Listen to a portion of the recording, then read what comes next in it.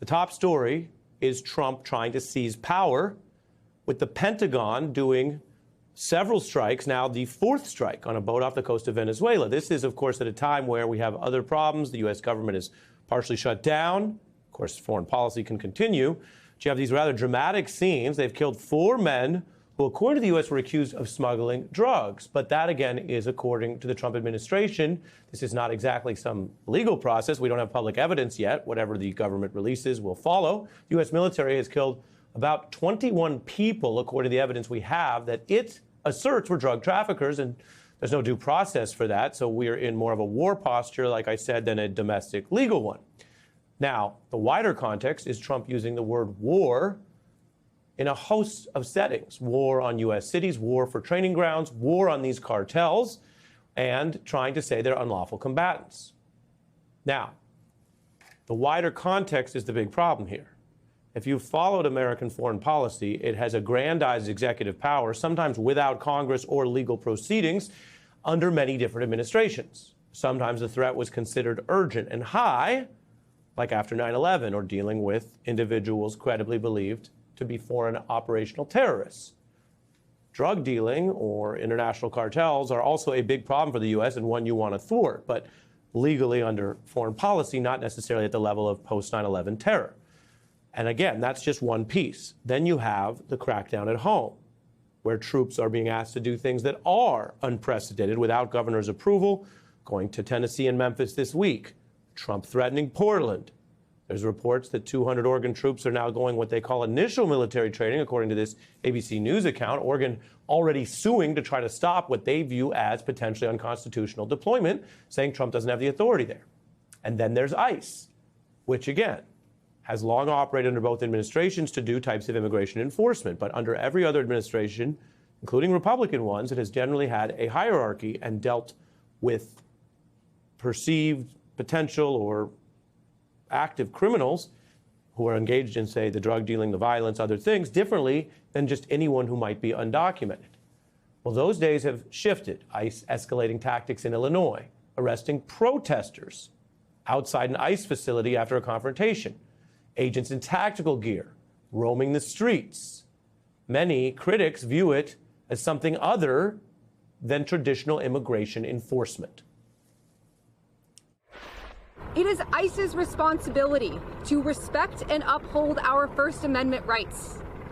It is not on us to accommodate their illegal and immoral actions. This is violence that we are seeing in our community. We have constitutional rights, and in the city of Chicago, every single elected official is going to protect those constitutional rights.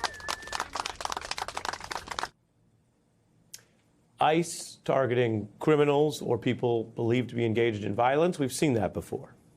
ICE targeting protesters and walking around in masks and camo and clearly going at people who are either likely citizens or clearly citizens, haven't seen that. Presidents testing foreign policy powers even without Congress, sometimes using lethal powers, we've seen that before.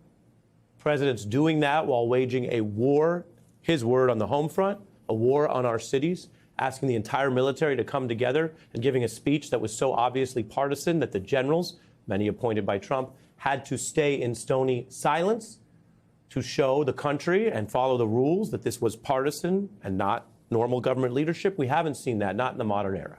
I want to bring in SDNY civil prosecutor veteran and human rights expert Maya Wiley, and NYU history professor Ruth Ben-Ghiat, who has studied and written about authoritarian governments. Ruth, the facts are what they are, and past presidents have certainly pushed the bounds of lethal powers abroad. So this is not a story where every single part of it is wholly unusual to Donald Trump. I say that in accuracy and fairness. But combined with a lot of what else is happening this week, there does seem to be alarms. How do you view it on the evidence, regardless of what one thinks of Trump's politics? Well, we've been focusing a lot on the attacks on the rule of law at home as part of an authoritarian advance. And we can't separate this from attempts to kind of destroy respect for international law. And what the administration is really doing is redefining what the battleground is, where the battleground is, who is an enemy, who is a combatant. And these are all of a piece. And I know this because in my book, Strongmen, I studied these juntas, these military dictatorships in the Cold War, and the way that in Chile, Pinochet justified his crackdowns was saying it was now a time of war. And war was redefined to be a war on civilians. And so the military in Chile, which was very different than other militaries in Latin America, it was very democratic, very dedicated to the Constitution. It had to have this shift. And that's what Hegseth's speech at Quantico was about, from my estimation, was reorienting the military, saying, now we're untying your hands. And that meant implicitly to many people in international dealings as well. So this is an attack on international respect for international laws that are dictated by democratic internationalism. That's why there's been all the attacks on NATO. The admiration for dictators is also an admiration for their lack of respect for democratic international norms. And Maya, this is coming as the White House is also facing anger and concern about the government shutting down and whether Trump has his eye on the ball of that, his job on the home front. Yeah, for sure.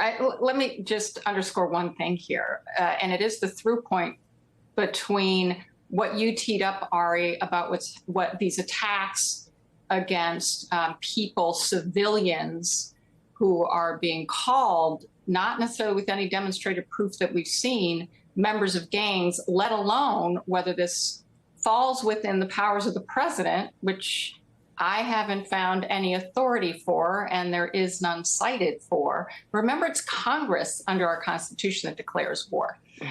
So that's important to know. But the through point here is these are civilians, whether we're talking about the people on the streets of our cities or whether we're talking about people on boats in international waters. There's no allegation here that they are actually part of armed forces that the U.S. military would take action against. And the line being crossed in both of these instances, and to your point, where Donald Trump is using language of war, whether it's related to U.S. civilians in our own country or in these attacks in international waters, really amounts to the same thing.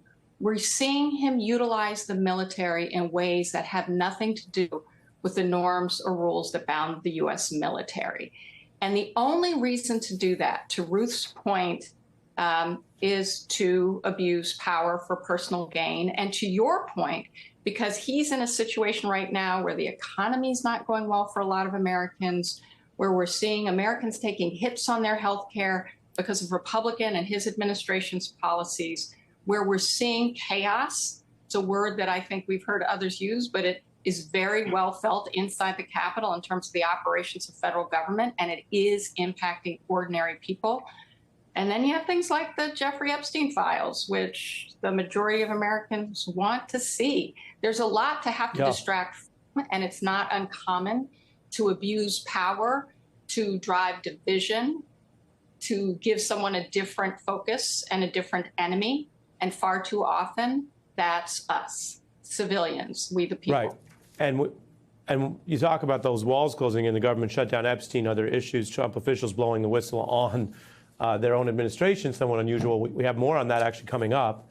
On the autocratic issues, Ruth, I wanted to show you this headline: Treasury considering a $1 Trump coin, which they say would somehow commemorate the 250th anniversary of the U.S. Of course, you got about 240 years of history you could draw on. You can see the prototype here, according to Politico. I'm going to leave this on the screen because you have on the one side the kind of profile picture we associate with dead presidents, but deceased presidents usually long after their political rule, if they are seen at that level to make a coin, make the coin cut, if you will. And then on the other side, you have, of course, something that was a terrible moment for the country, the attempted assassination, but lionizing that with Trump's fist in the air and a coin treatment. Where does this fit in with how the U.S. usually does this and how more autocratic regimes do it? Because it looks quite unusual. Well, it is unusual in democracies because this is part of President Trump's personality cult. And he has been building this for 10 years now. And really, books will be written about how skillful he was at keeping his personality cult going, even when he was out of power for 4 years. And so now he is, very open about being an autocratic, a strongman. So that's why we also have giant pictures of his face on government buildings, looks like North Korea or classic dictatorships. And so why not have a coin that immortalizes him as well? And it's his, the posture of the fighter, the rogue. And so, this is of a piece of what we're discussing, that this is somebody whose way he operates is to be a fighter and to declare war and to think of everything as either he wins or else. And so the coin is about that, coming back with the fist raised, and now declaring war on America, and that includes American civilians.